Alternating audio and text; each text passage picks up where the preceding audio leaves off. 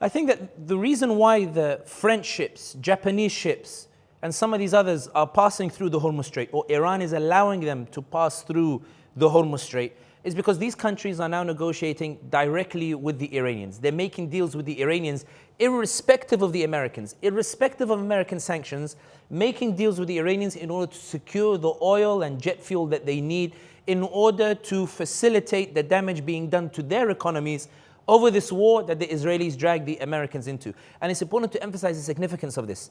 The US has imposed sanctions on Iran for decades. And the reason that Iran has been squeezed so economically is because the world has been abiding by those sanctions. Nobody wanted to offend the Americans.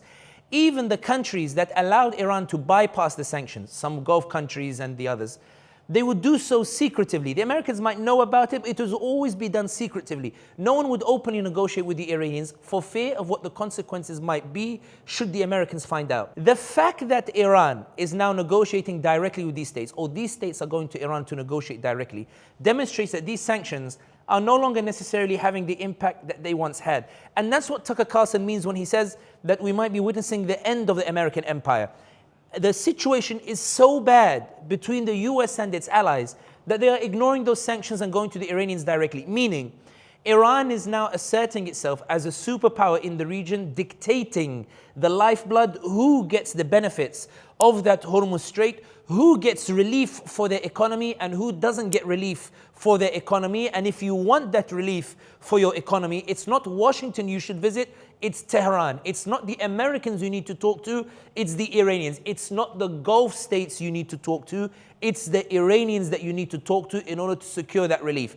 And that's why the UAE are so desperate to try to lobby for a ground offensive against the Iranians. For the UAE, the worst case scenario is that Iran emerges from this not as a wounded power that it was before this war began, after Iran had lost Syria and had been diminished in Lebanon and was struggling in Yemen and struggling in Iraq, but that Iran actually emerges not only as a tiger in the region, but as a power that was able to challenge a superpower's control and influence over its allies and over the policies and politics of its allies, whereby now you have Emmanuel Macron directly speaking to the Iranians to secure that sort of relief. For the UAE, they believe that they need that ground offensive.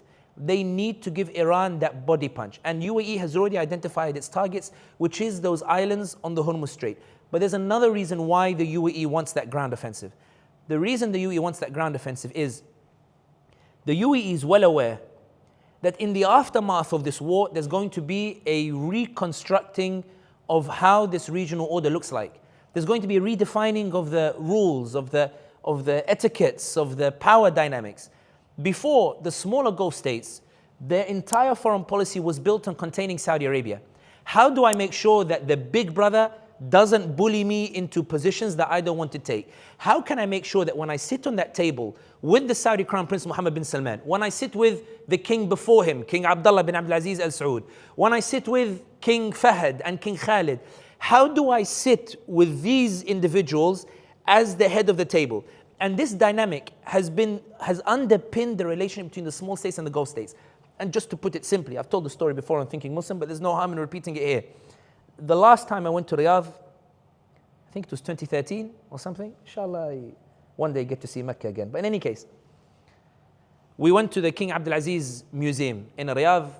Somebody took me who was working at that time for the Ministry of Interior. And they were giving me a tour of Riyadh, a tour of the history of the city and its heritage and its culture. So we enter King Abdulaziz Museum, and as we're walking, there's a picture, big picture of Abdulaziz Al Saud and the then Emir of Bahrain. And the guy next to me says to me, the guy who's showing me around, I shouldn't say the guy, I should be more respectful. He was a nice guy, like this. The brother who was next to me was saying, Sami, do you notice anything in this picture?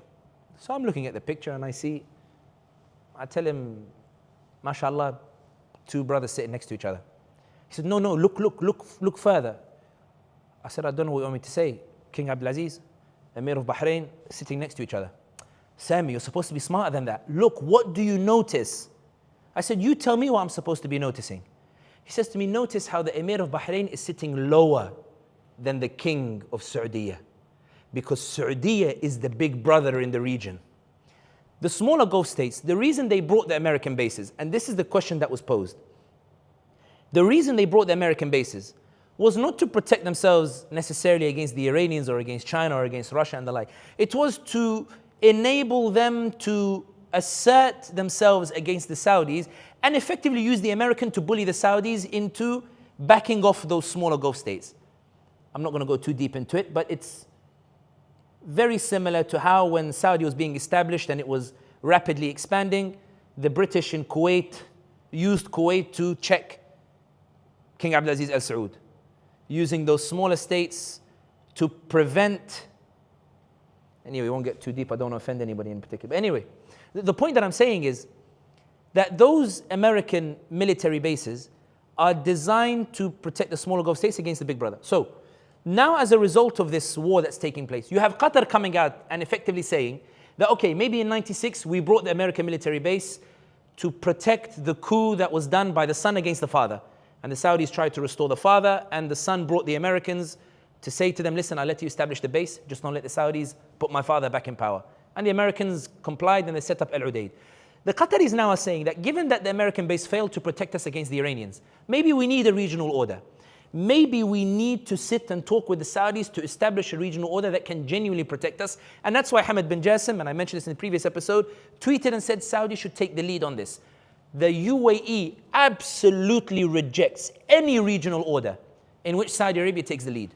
The whole purpose of normalization between the Emiratis and between the Israelis was in order to get the Israelis to lobby Washington on behalf of the UAE to say, listen, I want to go to Yemen and split it into 3 different states.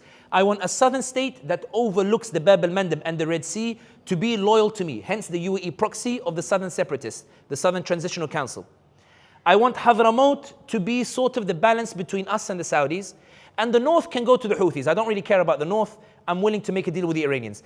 But the UAE want the Israelis to tell Washington, don't let Saudi ruin my plan to split Yemen into 3. And that's why when the Saudis lashed out at the UAE in Yemen, we saw Israeli papers coming out and saying, bin Salman is going back towards Wahhabism. When you see all those raves and stuff, it's a bit ironic to accuse.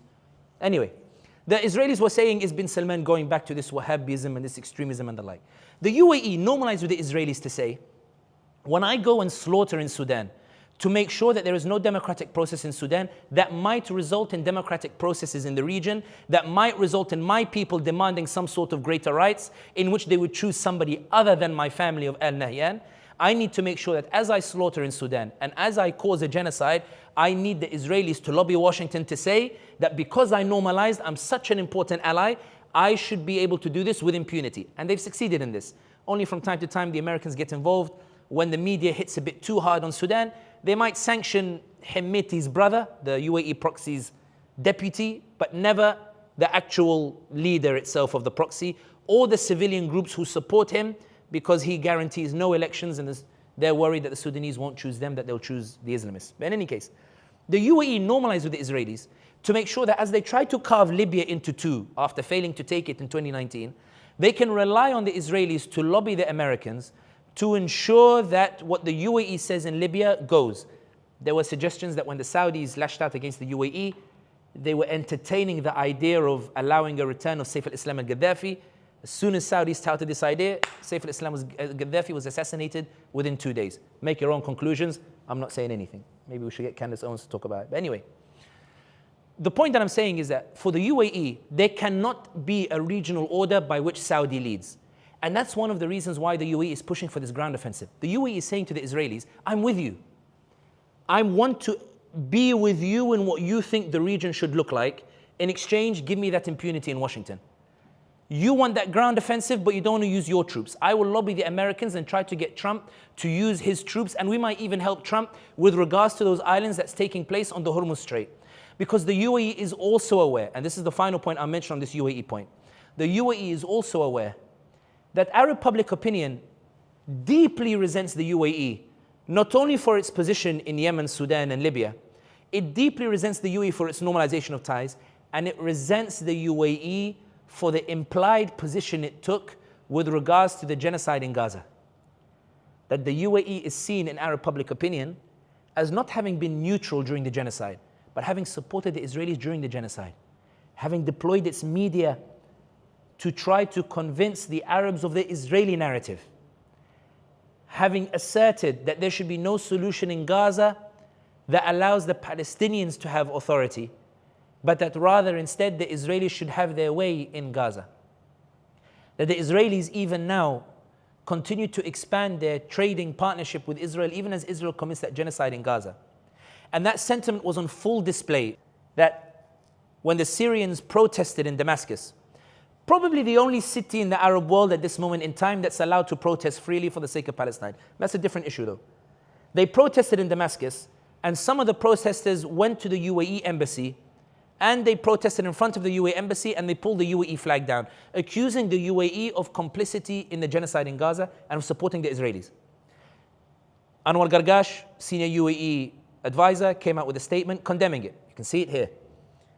Then the Syrians, deeply concerned that the UAE might lobby the Israelis, who might lobby the Americans against Damascus at the time when Damascus needs the Americans to stay off its back so that Syria can establish itself and keep the country united. The Syrians also issued an apology and said, UAE, listen, this was just a small group. We don't want to have beef with you. You know, this won't happen again and the Emiratis are sort of saying, okay, good, but make sure you behave. The UAE believes it needs the Israelis to keep threatening governments like Damascus, to keep threatening governments like Ankara, where Ankara hesitates to join the Saudis against the UAE because if bin Salman doesn't beat bin Zayed might come after Ankara, might convince Washington to impose sanctions, might actually push the Israelis to pressure Erdogan, given that Naftali Bennett is already threatening Turkey as the next target after Iran. That makes the Qataris, the UAE, that fear as a result of UAE's normalization of Israel, that makes the Qataris hesitate to join the Saudis against bin Zayed, because the Qataris aren't certain if bin Salman is going to be able to win against bin Zayed. The UAE believes it needs that normalization of ties to be sure it's able to assert itself over the Arab population.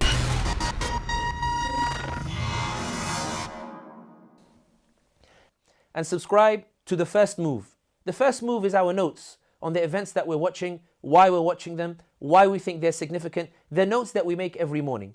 These notes can be in your inbox every single morning. All you have to do is go to movecollective.com, subscribe to The First Move, and it will be in your inbox every single morning. This is, after all, your channel. Let's share and discuss the ideas together.